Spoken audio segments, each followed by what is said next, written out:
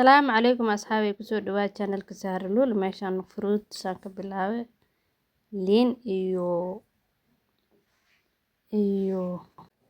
iyo carrot viazi meesha isku soo diyaarsaday hilibaa ku bursiyay hilibkii iyo viazi ayaa isku bursiyaya marka hilibka shiidi sambusa karsanayna sambusa marka meeshaas waxaa isku soo darsaday wixii la gelin lahaa sambuska chips yar meesha ku soo diyaariyay kala iska arag snacks iska karsanayna sambusa iyo chips iyo waxaas hilibka waa soo shiilay waan soo shiiday meeshaan sambusa 6 piece la karsanaa meesha laba qof leeyahay madrub wax cunaynin dhadhankaas la rabnaa wax badan marabnay meeshaan sambuska ku soo diyaari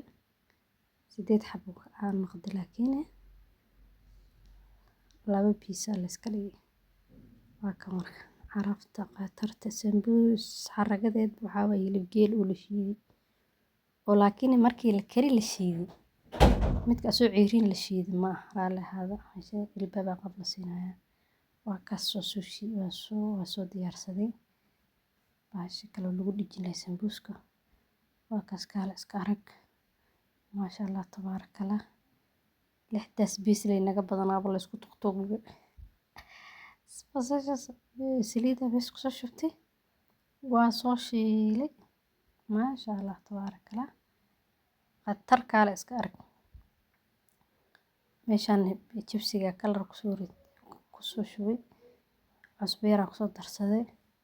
saliid kuleel u day maasha Allah waa kare kala iska arag ku leh jida